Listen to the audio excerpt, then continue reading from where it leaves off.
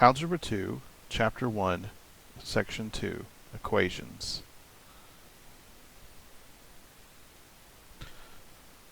An equation represents two expressions that are equal or should be equal.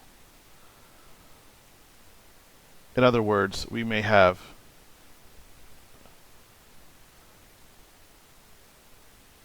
two equals 1 plus 1, or we may have an equation with a variable 3x equals 2.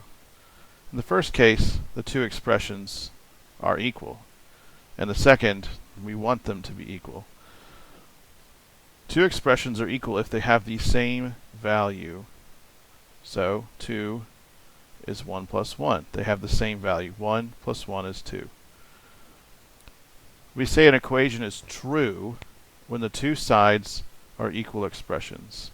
So this equation, 2 is 1 plus 1, is true. To make the equation 3x equals 2 to be true, we must assign a value to x that will result in the two expressions, this expression and this expression, being equal.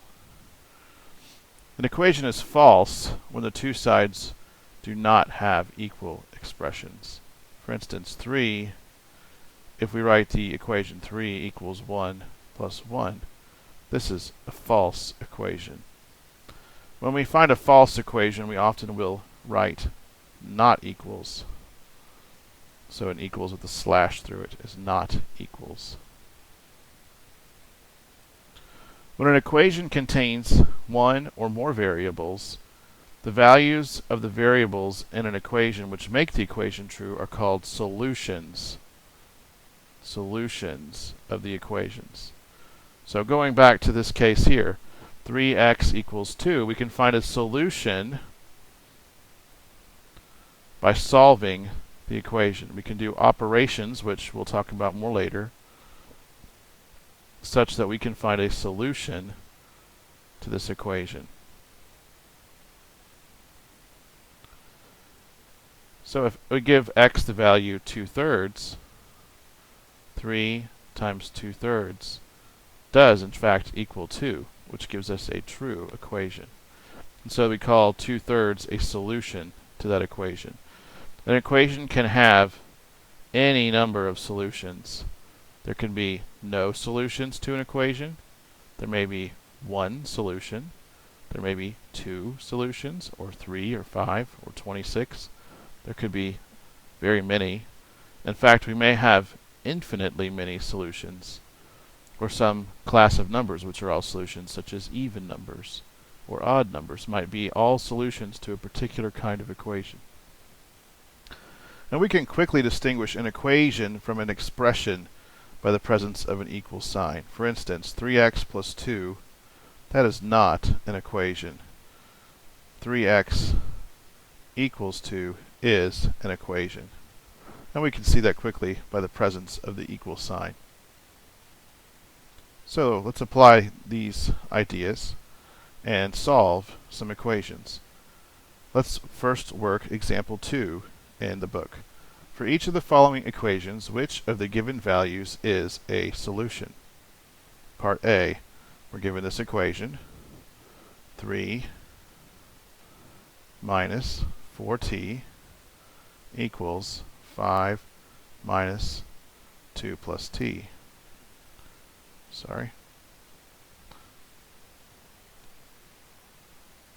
For the values minus 3 and 0. So we need to check each of these values to see if there is a solution to the equation.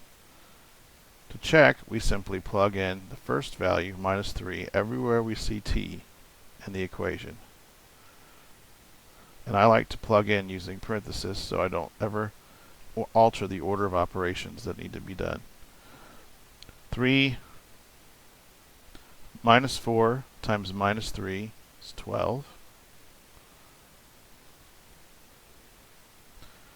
2 plus negative 3 is negative 1. 3 plus 12 is 15. 5 minus negative 1 is 6. These things are not equal. So t must not be minus 3. That is not a solution. Let's now work it for 0. 0 is often very easy to evaluate. 4 times 0 is 0. 2 plus 0 is 2. 5 minus 2 is 3. 3 does equal 3. This is a true equation, whereas this was a false one before we put not equals through it. So maybe it's best to say this is a false equation. This is a true equation, and so t equals 0 is the answer to part A.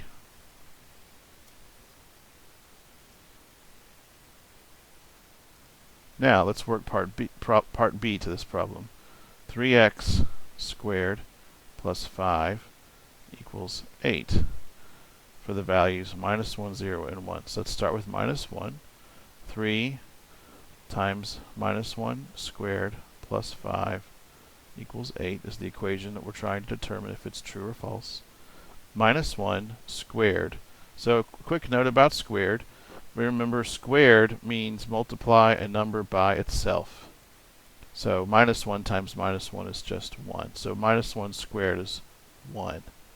Plus 5 equals 8. And remember, PEMDAS, parentheses, so there's nothing to do in here, but square is the next. Squaring is an exponent, so we have to do that next. 3 times 1 is 3, plus 5 equals 8. 8 equals 8. This is true. This was for x minus 1. So you might think, oh, we're done. We know the answer. No, we need to check all 3 of these. Maybe more of them are solutions. 3, remember we can have more than one solution to an equation. Times 0 squared plus 5 equals 8. 0 squared is 0, because 0 times 0 would be 0. 3 times 0 plus 5 equals 8. 3 times 0 is simply 0. 0 plus 5 is simply 5. And 5 does not equal 8, so this is not a solution.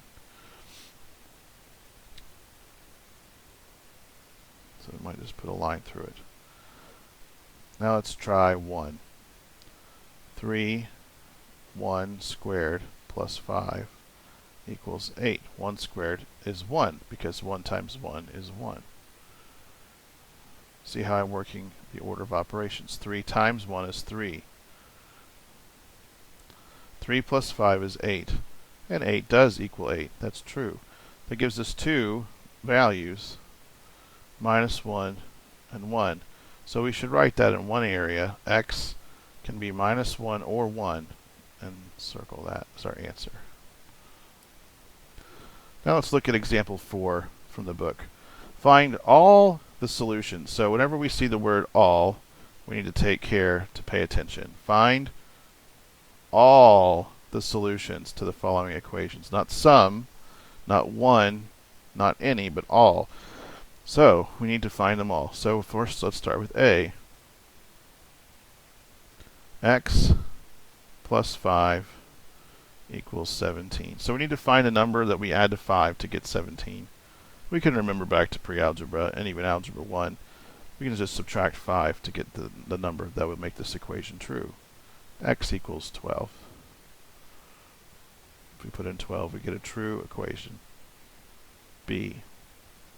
20 equals 4a. Again, here we remember back to algebra 1. We can divide both sides by 4. There's a rule we can use to solve this kind of equation. We get 5 is a. We might turn that equation around. A equals 5. Equations, or equals, is a two-way operation. Equals is two-way. If the left-hand side equals the right equals the left. So we can always flip an equation without changing anything about it. Okay? Part C, S over 3 equals 22. If we remember back to algebra, we can multiply both sides of this equation by 3, and we'll get S equals 66. part D, g squared equals 49. Now here we have to take some care. We have a number squared is 49. Remembering back to what I said earlier, that means this has to also be true. G times g has to be 49. We learned in algebra that we can find a number whose square is another number by using an operation called a square root. A square root helps us to find a number's square, helps us to undo squaring. If we think back to the multiplication table, 49 is the same as 7 times 7. So g must be 7.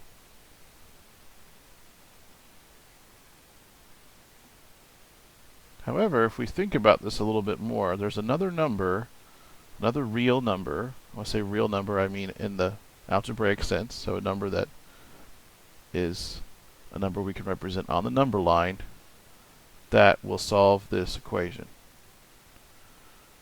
And that number is the negative of 7. If we have negative 7 times negative 7, we will also get 49 because the negatives will cancel. So there are two answers to this equation, negative 7 and 7. And the problem said find all the solutions. Now, if you were to give me on a quiz or a test the answer of just 7, I'll give you partial credit. Now, another word about partial credit. When I give partial credit on an assignment, I need to see your work. If I don't see work, I have no evidence of what you've done, and I can't give as much partial credit. So always show your work. Always. Did I say that yet? Always show your work. I might say that every video. We'll see. E. 2 over x plus 1 is 3. And remember I mentioned in the last video that the over operation is a grouping operation, just like parentheses.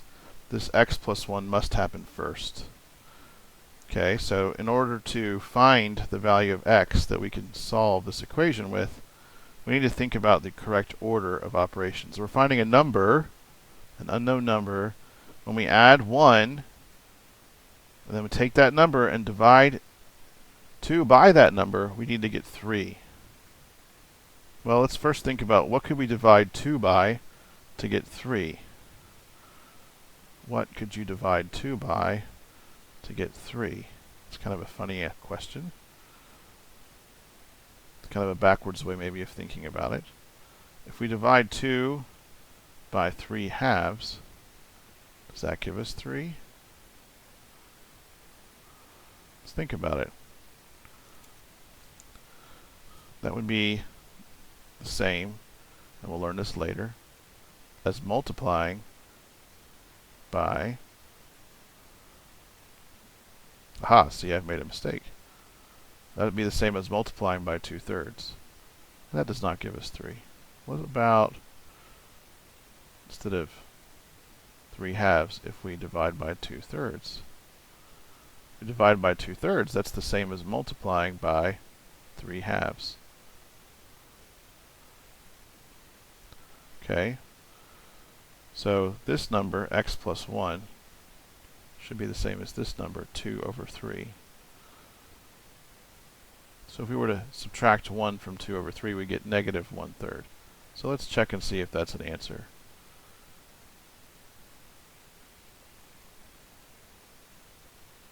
I'm just going to work on this one part of the equation. Negative 1/3 plus 1 gives 2/3. And again, 2 divided by 2/3 is the same as multiplying by the reciprocal of the denominator. So when we have a number or anything divided by some other fraction, we can multiply by the reciprocal of the denominator. That's something we'll talk about more later on in the class. And then the 2 divided by 2 is 1. So we'll just cross them off, indicating that 2 divided by 2 is just 1. And of course 1 times 3 is just 3. That gives us 3. And that's what we were trying to show. So x is minus 1/3 is the solution to this equation, and there is no other solution. How do I know that, besides the fact that I'm a teacher and have the answer? Because there's no squaring going on, and there's no multiplying of the variable by itself, so we're only going to be able to find one such number that can make this equation true. The only time you'll get into a scenario where there are two solutions is when you have a squared, or 3, maybe a cubed, or 4, maybe a fourth power. Now, you may end up with many solutions, like infinitely many. Let me show you some more examples. Here's some examples that I've come up with. Again, find all the solutions, find all the solutions to the following equations. And this won't be in your book, these are my examples. So starting here, 2 over x plus 1 equals 3. Well, I believe that's what we just worked. So x is minus 1/3. And that's probably also one of my own examples I accidentally put in the last slide. X over 2, so going on to b, x over 2 plus 1 equals x minus 2 over 2. Okay, so this is a little tricky. How can we think about this problem? Well, we could simplify this entire equation by multiplying the whole equation by 2. And we'll talk about why we can do that and why that doesn't hurt anything in Chapter 1, Section 4. So if we multiply the whole equation by 2, we'll have 2 times this, 2 times this. Okay, so we'll have 2 times each thing. 2 times x over 2 is just x. The 2's will cancel. 2 times 1 is 2. 2 times this fraction will be the same as 2 divided by 2 times this. So 2 divided by 2 is 1. So we're left with x minus 2. Okay. So what number can we add 2 to it and get that same number subtracted by 2? Let's think. Well, there is no such number. There's no number we can find that if we add 2 to that number is the same as the number that if we take that same number and subtract by 2. Think about the number line. If we just pick some number on the number line, this would be like saying, now go 2 units forward. Okay, take that number and go 2 units backward and take that number and make them the same. There's no way to do that. It's not possible. There is no answer to this. So we can write no solution. If you want a fast way of writing no solution, you may give me the symbol for the empty set. And I will not explain right now what this means. But it's a 0 with a long line through it. It's actually a smaller circle than a 0. This means the empty set, and I'll talk more about sets later in class. But that's a very fast way of telling me there's no solution, or just write no solution. C. Let's find all the solutions to this equation. X over 2 minus 1 is x minus 2 all over 2. Again, we can multiply by 2. If we multiply the whole equation by 2, we have 2 divided by 2 times x again, just x. 2 times minus 1 is minus 2. And 2 out here will be the same as 2 divided by 2 times this, which is just 1 times that. And now we look at this equation, we have the same thing on the left and the right. What does that mean? Well, that means if I put in 3 for x, I get a true equation. If I put in 7 for x, I get, goodness, 1 is 1, not 5. 5 is 5. That's a true equation. If we put in negative 10, we get negative 12 is negative 12. That's a true equation. Doesn't matter what number we put in for x, we get a true equation. This means that we have all x, or all real numbers, since all we're talking about in this book is real numbers to start with. Any number that we have will be a real number. And we'll talk more about what a real number means later. But basically, again, like I said, anything on the number line is a real number, any point on the number line. Another really fast way of writing all real numbers is this blackboard R. You put a double bar and make an R out of it. And so then you can just circle that as your answer. I'll know what you mean. Or just write this and circle this. No solution. Either way. That tells me there were no answers or no solutions to see all the real numbers are solutions. And in other words, any number I pick on the number line will give me a true equation for this equation. Okay, those are some more complicated examples to prove the idea of equations and what they mean and how to solve them. Now, let's go on to example 5 in the book. A. Find or give a solution to each equation. Now, here he doesn't say all, he says a. So, first of all, he's telling us that at least he thinks there's a solution to all of them.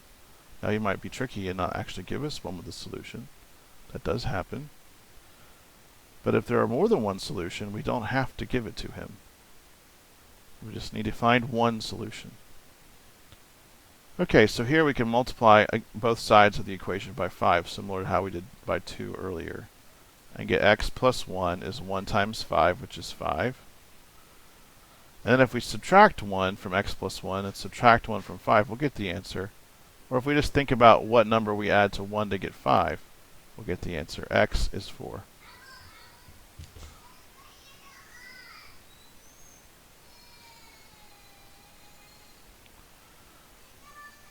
Now, to solve this equation, we can again multiply both sides by the denominator and get x minus 7 is 0 times 3.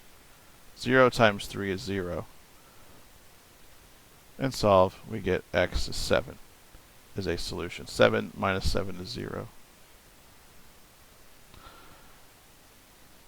The third equation here, C, you'll notice I always put a cross through a z or a 7 to keep it from a 2 or a 1.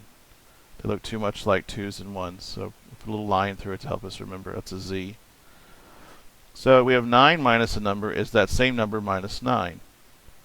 Well, at first glance you might think that's not possible, but there is one answer to this equation. If we think about it, maybe we can rearrange it some to help.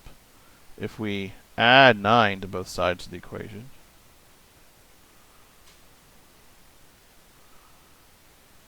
get this, which gives us 18. And then if we add z to both sides, we'll have z plus z, which is the same as 2 times z. So 18 is 2 times z. And so when we solve dividing by 2, we get 9 equals z. And that does make it true. 9 minus 9 is 0, and 9 minus 9 is 0. So z must be 9. Moving on to D, we have t cubed minus 5t squared plus 5t minus 1 is 0. And this, first glance, this looks impossible to the Algebra 1 student. Now we're in Algebra 2, we're going to throw hard stuff at you. So we'll have to think about this. Remember, the problem says give a solution. We only need one solution. We don't need to find all the solutions this equation might have. So let's think, it's maybe a common number or simple number. What if we just put 0 in? We'll see what happens. Put in 0, we have 0 cubed minus 5 times 0 squared plus 5 times 0 minus 1 is 0. 0 cubed is 0. 0 squared is 0. 5 times 0 is 0. 5 times 0 again is 0. 0 minus 0 plus 0 is 0. Minus 1 is not 0, so 0 is not a solution. Okay, so we can erase all that, or just scratch it out. If it's your own paper, don't have to take the time to erase. If it's on your own paper, you can just write a line. I just don't have more space, so I'm going to erase it. What about 1? If we put in 1, we get 1 cubed minus 5 times 1 squared plus 5 times 1 minus 1 is 0. 1 cubed is 1. 1 squared is 1. 5 times 1 is 5. 5 times 1 again is 5. 1 minus 5 plus 5 minus 1 is 0. Minus 5 plus 5 is 0. 1 minus 1 is 0. We get 0 plus 0, which is 0. 0 does equal 0. So, t equals 1 is a solution. We don't need all the solutions to this problem, so we're done. Now let's work example 7. You will receive a C in a course if your average on 4 tests is between 70 and 79%. Suppose you scored 50, 78, and 84 on the first 3 tests, so you were improving each time. That's good. Write an equation that allows you to determine the lowest score you need on the 4th and final test to receive a C in the course. So again, word problems, break it down. So the first step is write an equation. The second step is to answer this last question here. What is the lowest score? Don't forget to answer all parts of a word problem, or you don't get full credit. You didn't finish. Okay, so first of all, we will receive a C if our average on 4 tests is between 70 and 79. Okay, and so we want to know the lowest score for our equation. Well, the lowest score is 70. Okay, so we can just think 70 where it says lowest score. Write an equation that allows you to determine what you need on the 4th test to get a 70 in the course. Okay, and it was the average of 4. So we want to know 70 is 50 plus 78 plus 84 plus whatever we get on the 4th test, which is our unknown. We'll just use x, all divided by 4. That's how you average. We divide by the number of things that we add up. And so we need to solve this equation. Remember, we can multiply both sides by 4. 4 times 70 needs to equal 50 plus 78 plus 84 plus x. Okay.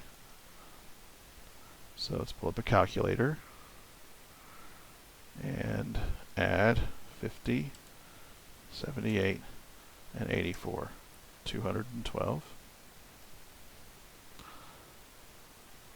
It's just fine to use a calculator to do arithmetic in this course. And 4 times 70 is 280, but maybe we weren't thinking that quick on our feet. We will use the calculator to find that. 280 is 212 plus x. So 280 minus 212 should be 68. I like to check my arithmetic when it's bigger numbers, just to be sure. 68, subtracting 212 from both sides. 68 is x. Oh yeah, so in the first part of the question, write an equation that allows you to find the lowest score. That we answered that with this. This is our equation. So we need to circle or box that. I like to box answers because it's easier to not accidentally draw into your answer. I would just want a visual highlight to know when I'm grading, this is the answer. The lowest score we need. What is the lowest score? 68. Why did I not box this part? Because that's the answer. The answer is 68. It's not that equals x. That's just how I found the answer. Remember I said in a word problem, we need to take the English words, make an abstract representation in algebra language, and then we need to apply our rules that we know of algebra to find an answer, and then go back and reinterpret that answer in the context of the problem.